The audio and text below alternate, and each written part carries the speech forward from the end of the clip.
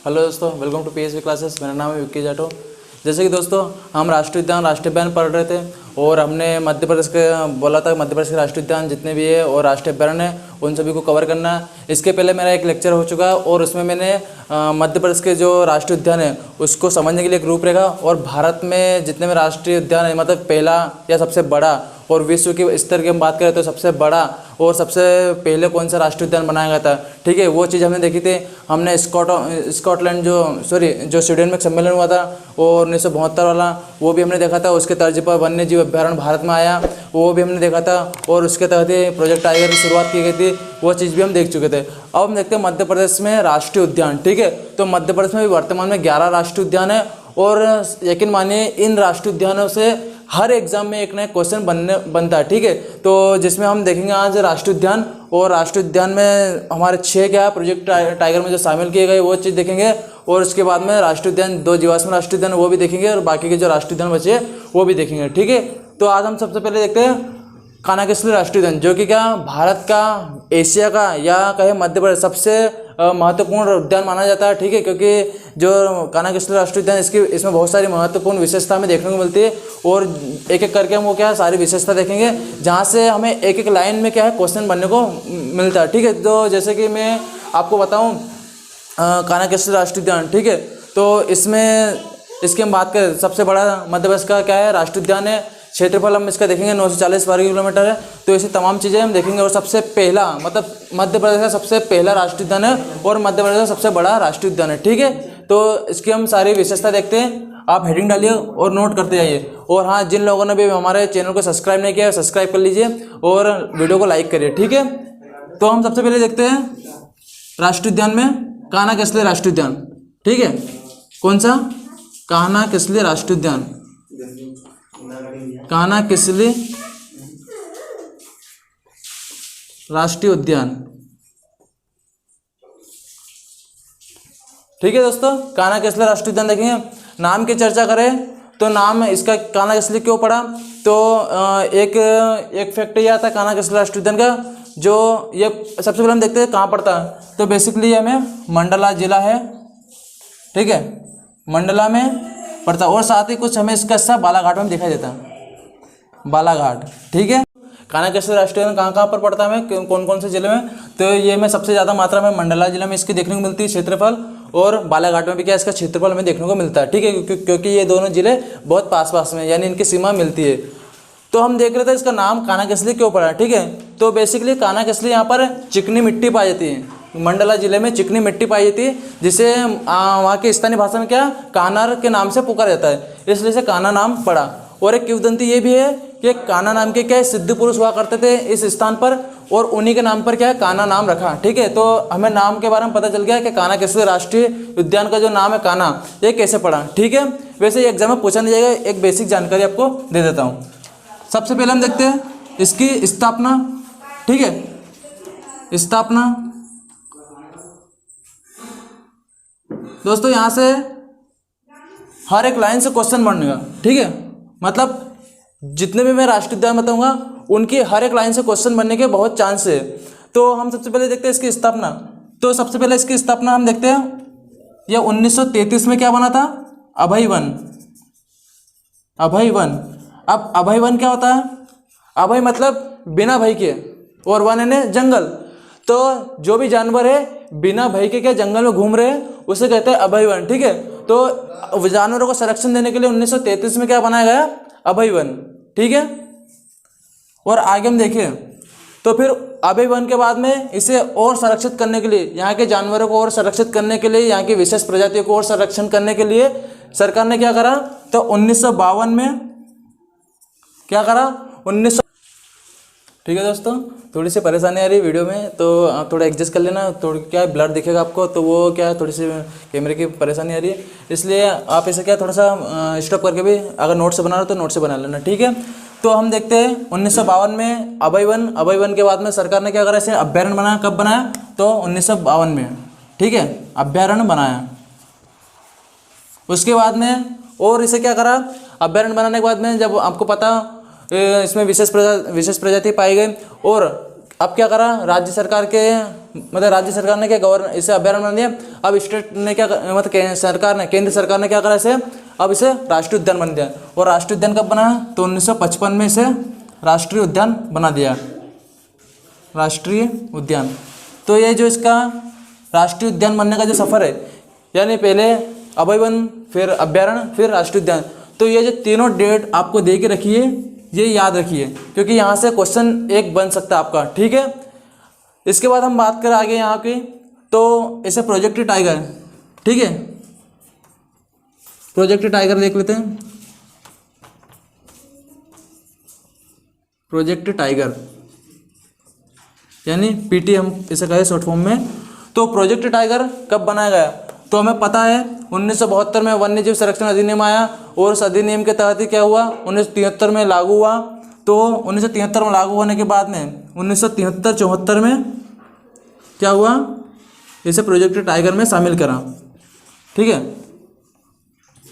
तो आपको ये दे के रखेगा 1973 या 1974, ये कोई सा डेट दे के रखेगा, उसमें क्या है, इसे प्रोजेक्ट टाइगर में शामिल करा, ठीक है।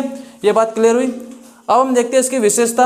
ये तो हुई इसकी बेसिक जानकारी, क्योंकि इसे हम ये प्रोजेक्ट टाइगर वाला सन है, राष्ट्रीय उद्यान वाला सन, जो दो सन के महत्वपूर्ण है, यहाँ से क्वेश्चन बन सकते हैं। अब हम देखें राष्ट्रीय उद्यान की बात करें, कान्हा-केसरी राष्ट्रीय उद्यान क्यों प्रसिद्ध है, यानी इसमें कौन सी ऐसी विशेषता है, इसके लिए इसको क्या है, विशेष दर्जा दिएगा।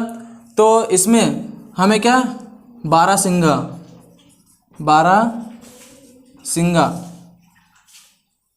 ठीक है,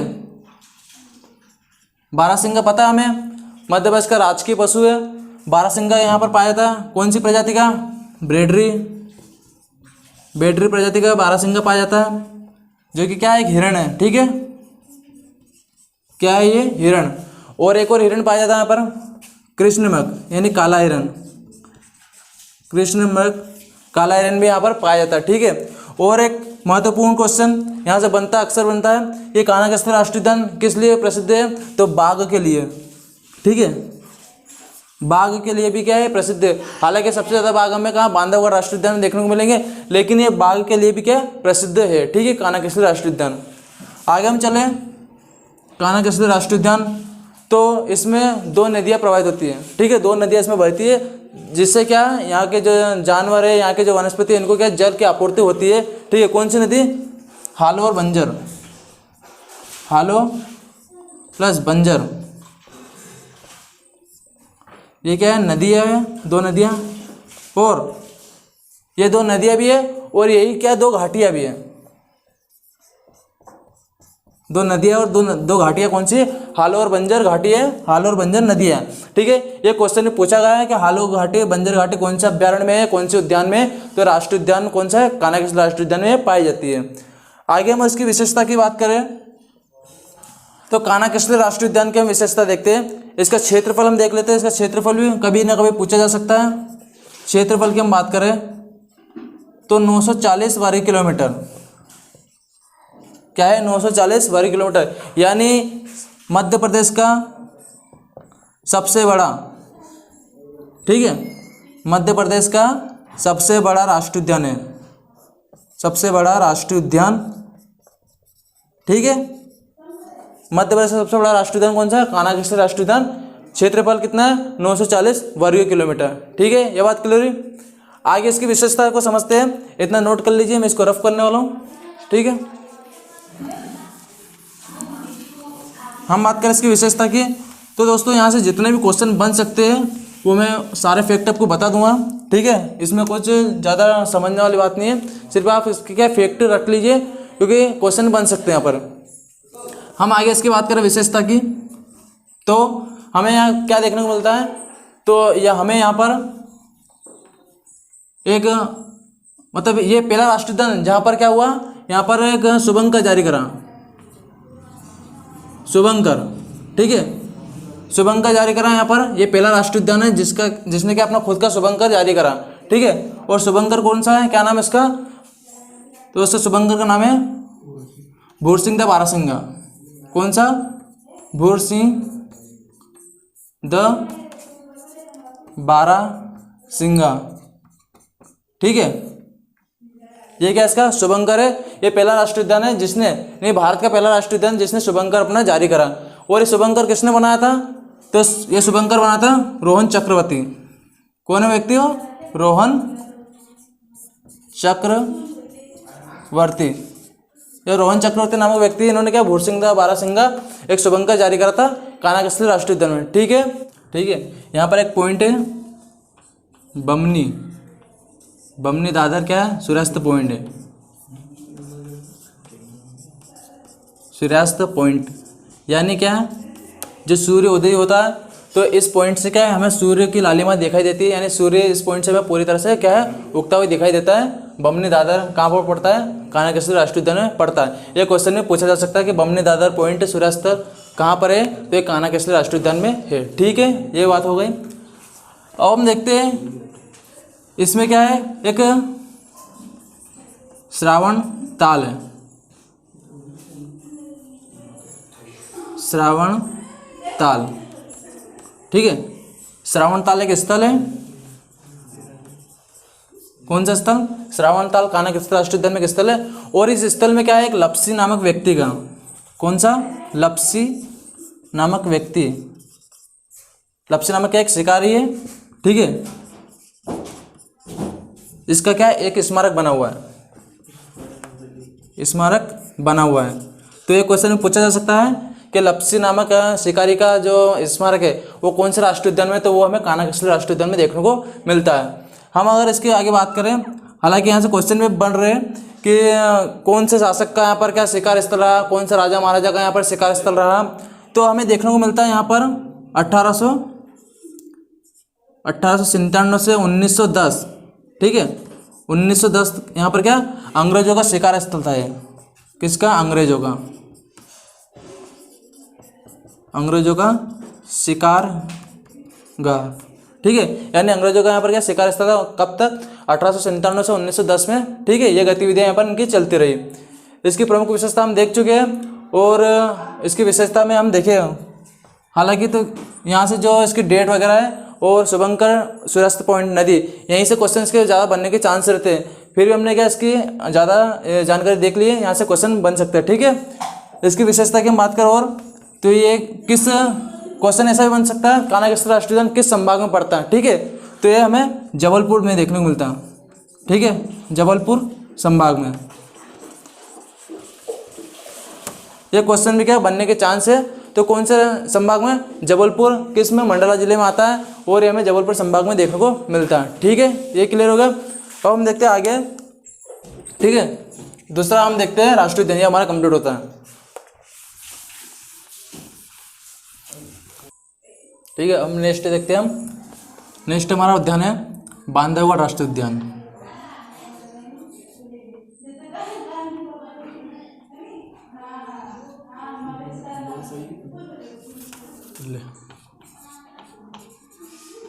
बांधवगढ़ राष्ट्रीय उद्यान,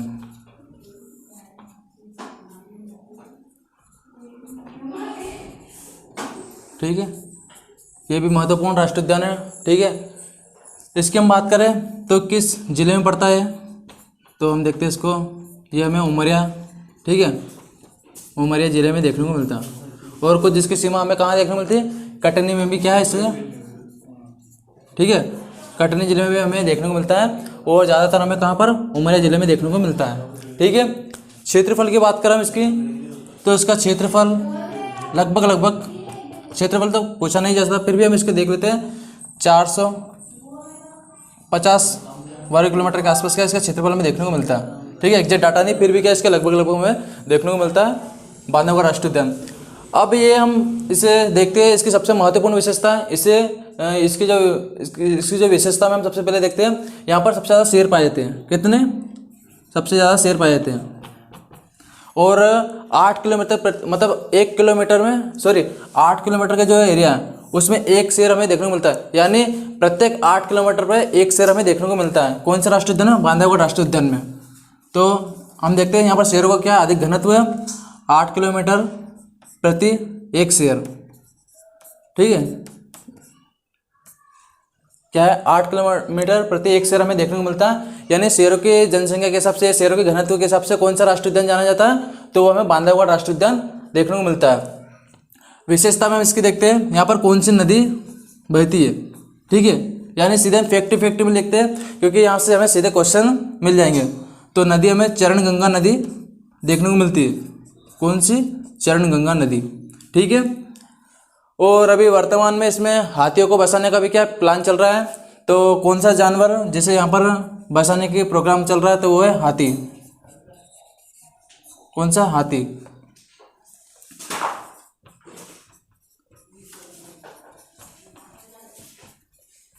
हाथी को क्या यहाँ पर संरक्षण करने का क्या प्लान चल रहा है, ठीक है, ये क्लियर हो गया।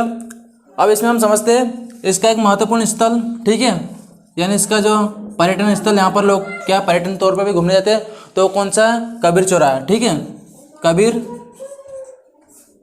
चौराहा। ये क्वेश्चन पूछा जा चुका है, कबीर चौराहा कौन सा राष्ट्रीय उद्यान में, तो बांधवगढ़ राष्ट्रीय उद्यान में क्या हमें देखने को मिलता है, कबीर चौराहा, ठीक है। आगे हम इसकी विशेषता में देखिए तो यहाँ पर बांधवगढ़ राष्ट्रीय उद्यान क्या है, ये मैंने आपको जब पठार पढ़ाते हैं, जब मैंने आपको पठार पढ़ाते हैं, भौगोलिक स्थिति पढ़ाई थी मध्य प्रदेश की, उसमें मैंने बताया था विंध्याचल पर्वत, ठीक है, सतपुड़ा श्रेणी, तो ये तमाम मैंने श्रेणी बताई थी। और मैंने आपको एक पॉइंट बताया था कि सतपुड़ा पर्वत श्रेणी और विंध्याचल पर्वत श्रेणी, इन दोनों का जो मिलन स्थल है वो कौन सा राष्ट्रीय उद्यान में, तो बांधवगढ़ राष्ट्रीय उद्यान में पड़ता है, ठीक है। मैंने जियोग्राफी वाले पार्ट में आपको ये बताया था। तो इसमें हम नोट कर लेते हैं कि विंध्याचल पर्वत श्रेणी, विंध्याचल पर्वत श्रेणी और कौन सा, सतपुड़ा श्रेणी, दो पर्वत श्रेणी हमने पढ़ी थी मध्य प्रदेश में। जो इनका मिलन स्थल है वो कहाँ पर है, तो हमें बांधवगढ़ राष्ट्रीय उद्यान में देखने को मिलता है, ठीक है। मिलन स्थल लिख लेते हैं इसको, ठीक है। मैंने आपको बताया था मध्य प्रदेश की ये लोकेशन, ठीक है।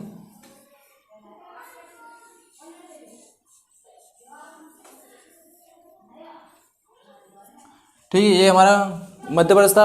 हमने यहाँ पर देखा था ये जो हमारा कौन सी विंध्याचल पर्वत श्रेणी है, ठीक है, ये भांडेर कैमूर वगैरह ये हमारी क्या विंध्याचल पर्वत श्रेणी, ये वाला हिस्सा, और यहाँ से हमारा क्या सतपुड़ा रेंज शुरू होती है।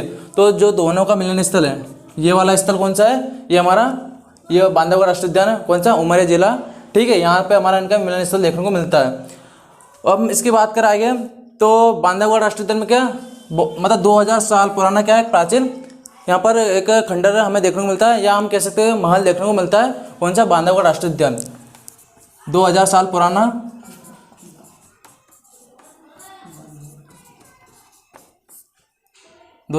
बांधवगढ़ का किला, ठीक है।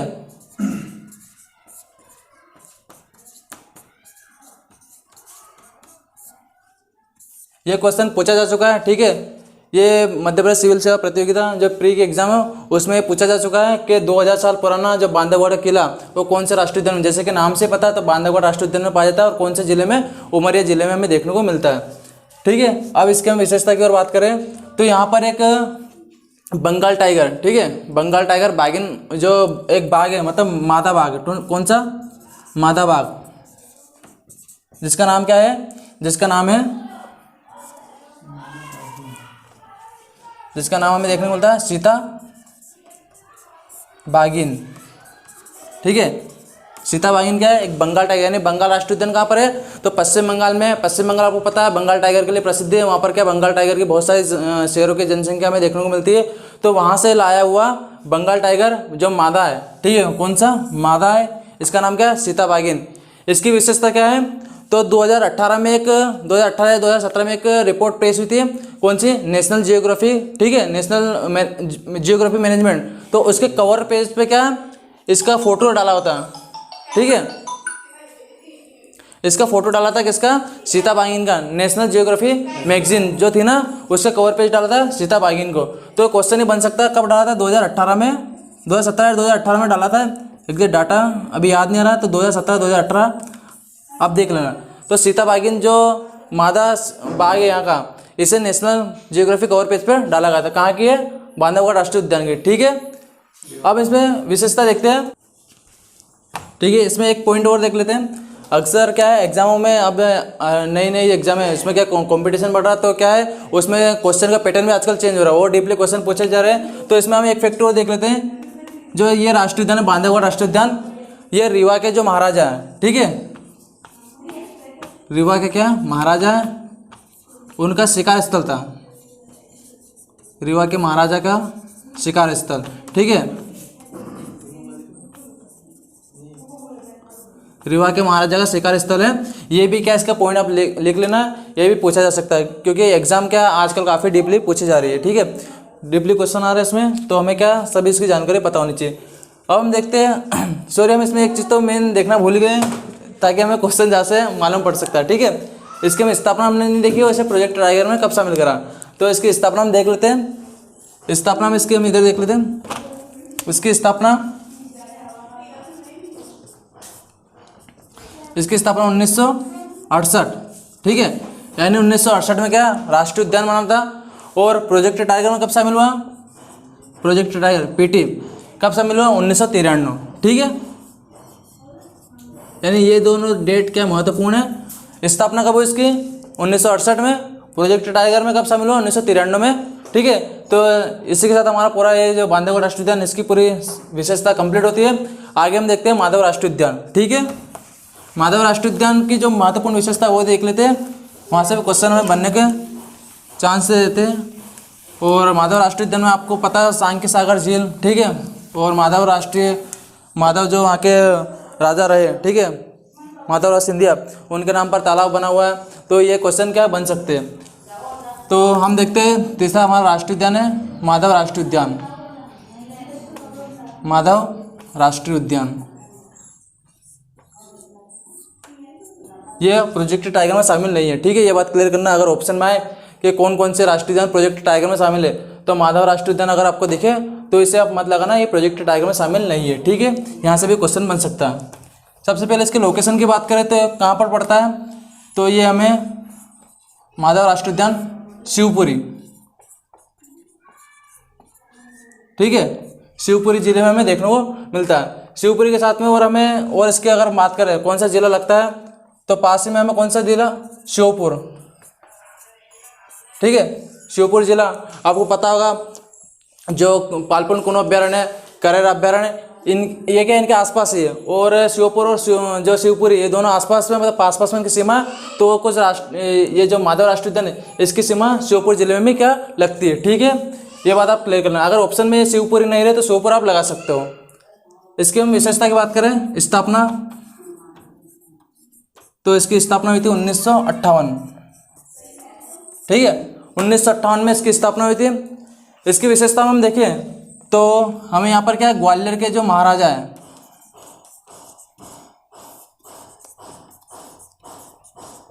वैसे ग्वालियर में बहुत सारे राजा महाराजा हुए हैं, ठीक है। और जब मैं आपको हिस्ट्री पढ़ाऊंगा तो बताऊंगा जो पेशवा थे, पेशवा वहाँ पर जाकर पहले उज्जैन में गए, उज्जैन से फिर 1818 में फिर वहाँ पर उन्होंने राजधानी चेंज की, और फिर उनके बहुत सारे दत्तक पुत्र हुए, फिर राजा महाराजा उनकी पीढ़ी बढ़ती गई।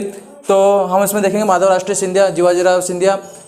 तो हम देखते हैं माधव राष्ट्रीय सिंधिया क्या इनका क्या है, माधव राष्ट्रीय उद्यान है, इन्हीं के नाम पर इनका उद्यान का नाम रखा, और इन्हीं का क्या यहाँ पर शिकारगाह रखा था, ठीक है।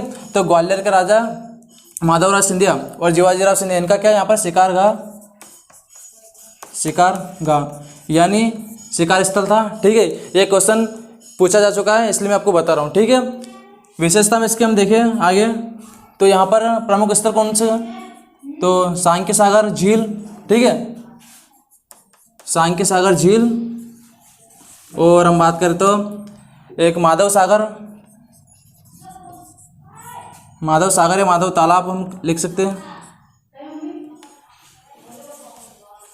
ठीक है। ये क्या प्रमुख यहाँ पर क्या प्रसिद्ध स्थल है। और हाँ, माधव सागर जो झील है, सांख्य सागर झील है, ये कैसे पड़ी, तो यहाँ पर एक मनिहार नदी है। कौन सी नदी, मनिहार नदी। इस मनिहार नदी पर क्या बांध बनाया गया, और इस बांध बनने के कारण क्या है, सांख्य सागर झील और माधव तालाब का क्या निर्माण हुआ, ठीक है। तो मनिहार नदी यहाँ पर बहती है, और इसी नदी के ऊपर बांध बनाने से सांख्य सागर झील का निर्माण हुआ है, ठीक है। ये बात आप नोट कर लीजिए। आगे इसकी विशेषता में हम देखें तो वैसे आपको पता होगा सभी राष्ट्रीय उद्यान, सभी अभ्यारण्य में क्या है, एक चीतल नाम का जानवर पाया जाता है। तो यहाँ पर भी क्या है, चीतल हमें देखने को मिलता है। ठीक है, चीतल देखने को मिलता है। ये प्रमुख विशेषता है कि चीतल की कि सभी राष्ट्रीय उद्यान और सभी अभ्यारण्यों में क्या चीतल पाया जाता है। ठीक है, लगभग ये हमारी विशेषता समाप्त हो रही है। इतने क्वेश्चन क्या यहाँ से बन सकते हैं। हाँ, प्रोजेक्ट टाइगर में शामिल नहीं है। ठीक है, ये बात आप नोट कर लेना, प्रोजेक्ट टाइगर में क्या शामिल नहीं है। ठीक है, राष्ट्रीय उद्यान माधव राष्ट्रीय उद्यान कहाँ पड़ता है, शिवपुरी में पड़ता है। और भी कुछ प्रमुख स्थल है जो क्या पूछे जा भी सकते हैं और इतनी संभावना बनती भी नहीं है। ठीक है, तो अगर आपको एडिशनल जानकारी लेनी तो बुक से पढ़िए, वहाँ से आपको जानकारी मिल जाएगी, लेकिन इतने क्वेश्चन बनने की संभावना है। ठीक है, जो हम देख ले। अब हम देखते हैं आगे इसमें नेक्स्ट अभ्यारण्य, नेक्स्ट उद्यान।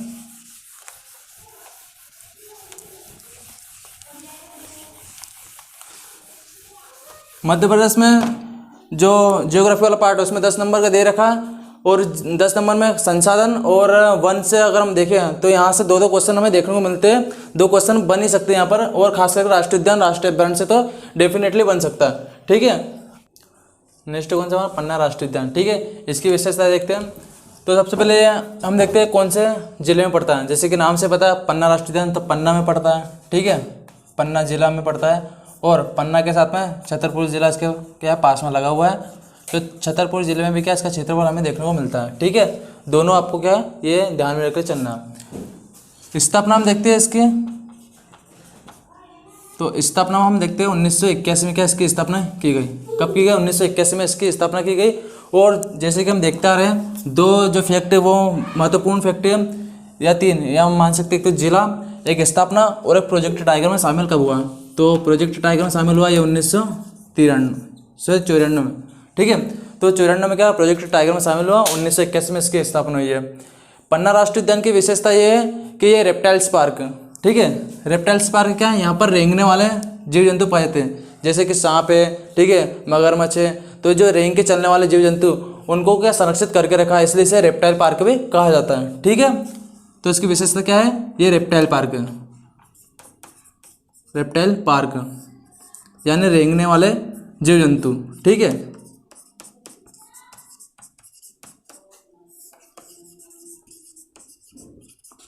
रेंगने वाले जीव जंतु का यहाँ पर क्या संरक्षण देके रखा है। और हम इसकी विशेषता को देखते आगे। तो यहाँ पर ये पन्ना राष्ट्रीय उद्यान अभी वर्तमान में क्या जैव आरक्षण मंडल भी इसे क्या घोषित किया हुआ है।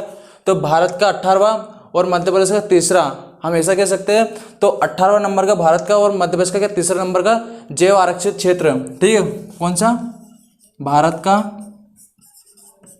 18वां जैव आरक्षित क्षेत्र। ठीक है, जैव आरक्षित क्षेत्र क्या होता है ये भी बताऊंगा मैं आपको। उसके बाद जो रामसर साइट बनाई गई है वो क्या होती है वो भी मैं बताऊंगा आपको। ठीक है, तो भारत का कौन सा 18वां जैव आरक्षित क्षेत्र, इसे क्या है घोषित किया हुआ है पन्ना राष्ट्रीय उद्यान को। ये क्वेश्चन में क्या है काफ़ी महत्वपूर्ण है। और इसकी हम विशेषता की बात करें तो यहाँ पर क्या केन नदी प्रवाहित होती है। ठीक है, कौन सी नदी के किनारे है, केन नदी। केन नदी का क्या है यहाँ पर मुख्य पानी का स्रोत है। यहाँ पर कुछ घाटियाँ भी पाई जाती है। ठीक है, कुछ घाटियाँ पाई जाती है, जैसे केन घाटी है, हाड़ौती घाटी,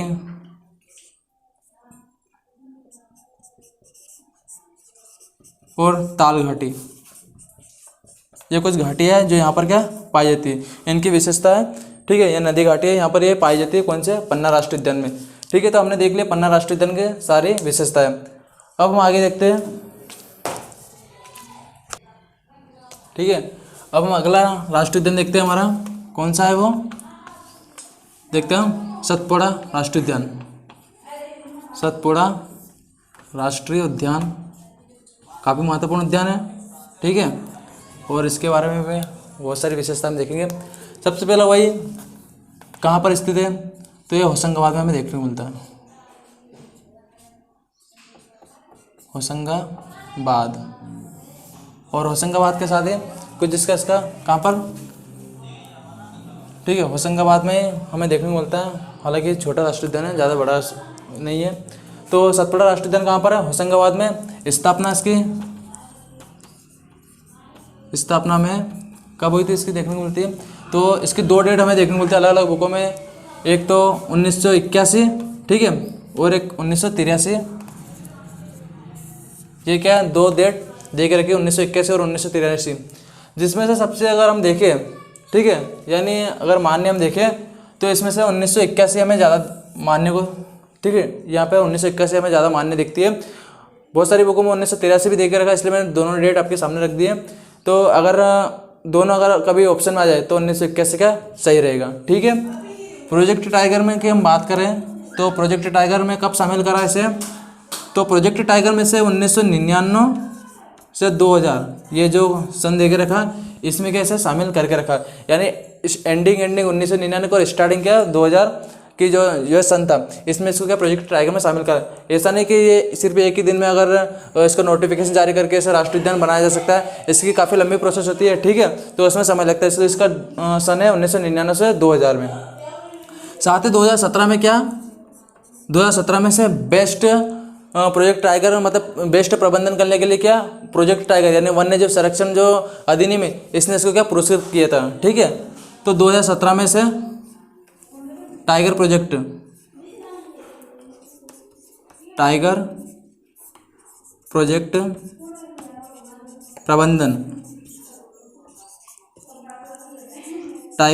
प्रबंधन के लिए क्या पुरस्कृत किया था,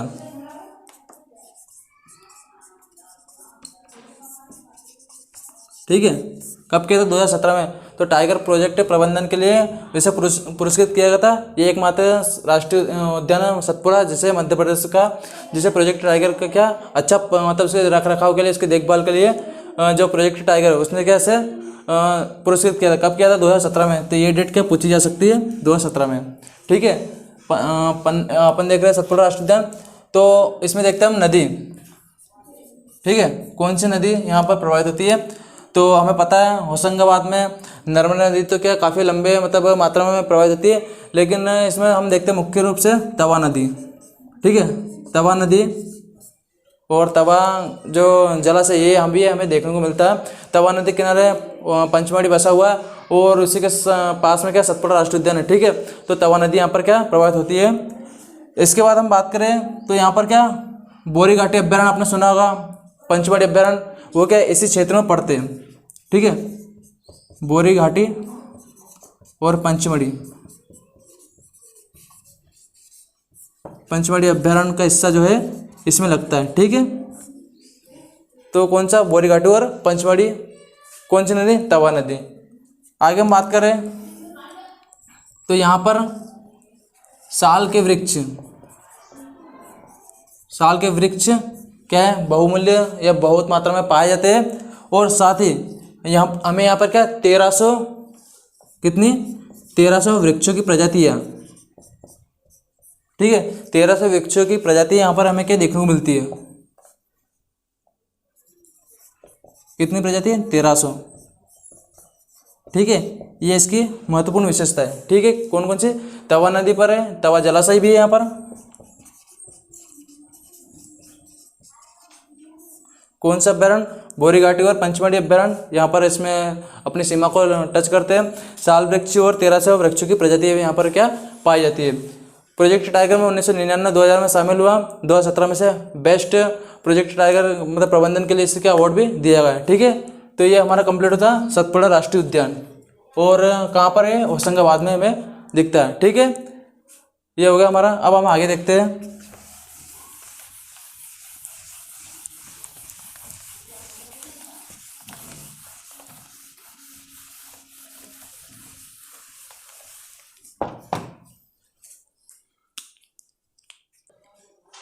ठीक है, अब नेक्स्ट देखते हैं हम पेंच राष्ट्रीय उद्यान। पेंच राष्ट्रीय उद्यान, तो सबसे पहले इसकी लोकेशन देखते हैं कहाँ पर पड़ता है। तो ये हमें छिंदवाड़ा जिले में देखने को मिलता है, छिंदवाड़ा, और कुछ भाग इसका सिवनी में भी लगता है, ठीक है।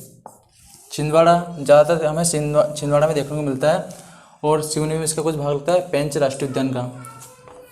इसकी हम बात करें तो इसका पुराना नाम देखते हैं, इसको पहले किस नाम से जाना जाता था। तो पुराना नाम इसका हम देखते हैं, इसको कहते थे इंदिरा गांधी, इंदिरा प्रियदर्शनी।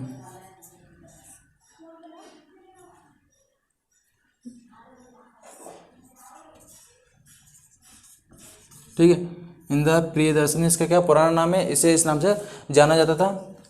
और इसकी हम बात करें तो ये राष्ट्रीय उद्यान बनने के पहले, ये पहले क्या अभयारण्य था। तो अभयारण्य कब बनाया गया इसे, तो अभयारण्य इसे 1977 में क्या ऐसे अभयारण्य बनाया।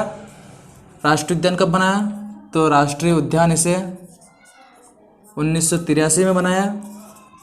और मेन बात, इसे प्रोजेक्ट टाइगर में कब शामिल किया, तो प्रोजेक्ट टाइगर में से 1983 में उद्यान, राष्ट्रीय उद्यान, और 93 में प्रोजेक्ट टाइगर में से शामिल किया है। ठीक है, ये बात आप नोट करिए।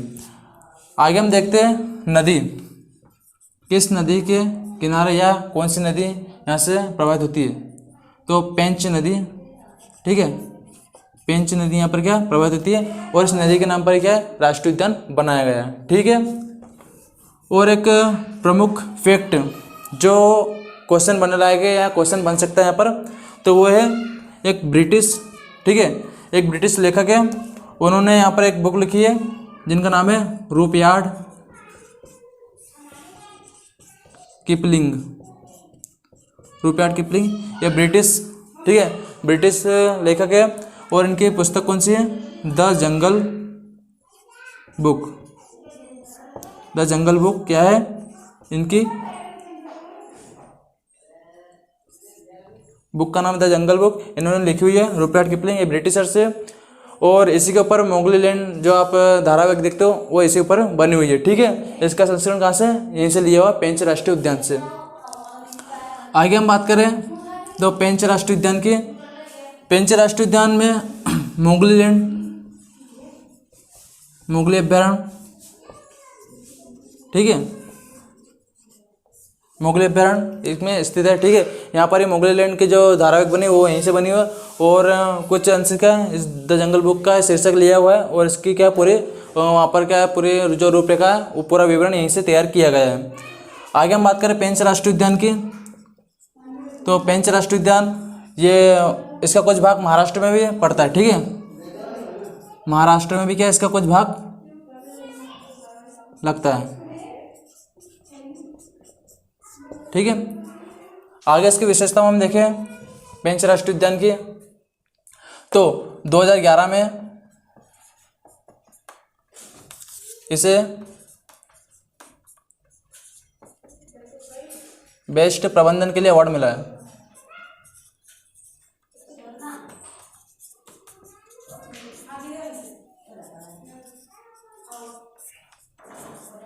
ठीक है, हमने क्या देखा था, हमने इसके पहले देखा था कौन सा राष्ट्रीय देखा था, हमने सतपुड़ा राष्ट्रीय उद्यान देखा था, उसमें प्रोजेक्ट टाइगर को संरक्षित करने के लिए बेस्ट अवार्ड मिला था। इसे ओवरऑल बेस्ट प्रबंधन करने के लिए 2011 में अवार्ड मिला, और सतपुड़ा को कब मिला था, 2017 में मिला था। तो ये फैक्ट भी आपका कन्फ्यूज मत होना, देख लेना से ठीक से। पेंच राष्ट्रीय उद्यान की हम बात करें तो यहाँ पर हमें और क्या देखने को मिलता है, तो यहाँ पर हमें चीतल, तोता और गिद्ध, ये क्या प्रमुख जानवर हमें देखने को मिलते हैं, पशु पक्षी देखने को मिलते हैं। ठीक है, जिसमें हम बात करें तोता, तो यहाँ का एक प्रसिद्ध तोता है जिसका नाम है करण। ठीक है, करण तोता है, करण मिट्टू जो प्रसिद्ध है। यहाँ पर ये पूछा जा सकता है कि इस तोते का नाम क्या है, तो इस तोते का नाम है करण। क्या नाम है, करण। ठीक है, गिद्धे की बात करते हैं तो यहाँ पर दो टाइप के गिद्धे पाए जाते हैं। कितने टाइप के, दो टाइप के क्या है गिद्धे पाए जाते हैं। कौन कौन सा, एक किंग वल्चर। ठीक है, किंग वल्चर क्या है ना, गिद्धे पाए जाते हैं, गिद्धे की प्रजाति किंग वल्चर। दूसरा देखें तो वाइट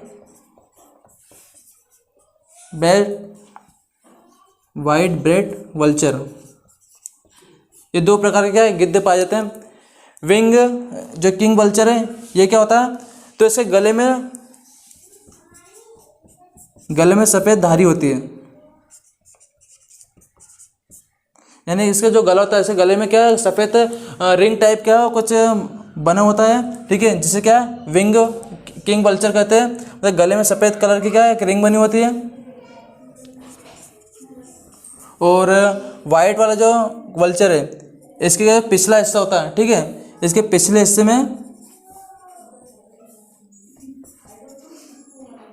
में क्या होता है, सफ़ेद कलर की धारियाँ होती है।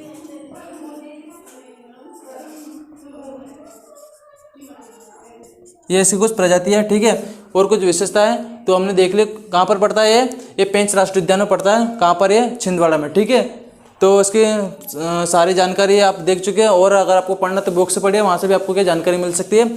और अगर ज़्यादा इसको आपको जानकारी डीपली पढ़ना तो आप क्या ज़्यादा से ज़्यादा टेस्ट लगाइए, उससे क्या आपके क्वेश्चन भी आपको समझ में आएंगे कि किस टाइप के क्वेश्चन बनते हैं। और हमारे वीडियो से भी आपको पता चलेगा कि हम किस टाइप के क्वेश्चन बना रहे हो, आपको किस टाइप के क्वेश्चन प्रोवाइड करा रहे हैं, ठीक है।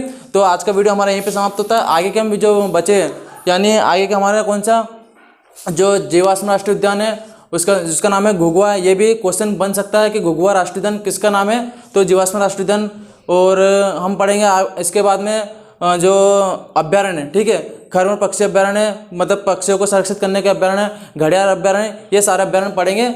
और आज का हमारा वीडियो यहीं समाप्त होता है। हमने अभी 6 राष्ट्रीय उद्यान को देख लिया, हमें 5 राष्ट्रीय उद्यान और देखने, और एक अभ्यारण्य जैसे प्रोजेक्ट टाइगर में शामिल किया गया रातापानी अभ्यारण्य, ठीक है, तो उन्हें भी हम देखेंगे। तो दोस्तों वीडियो को लाइक करिए, शेयर करिए, सब्सक्राइब करिए और हमारे साथ बने रहिए। Thank you.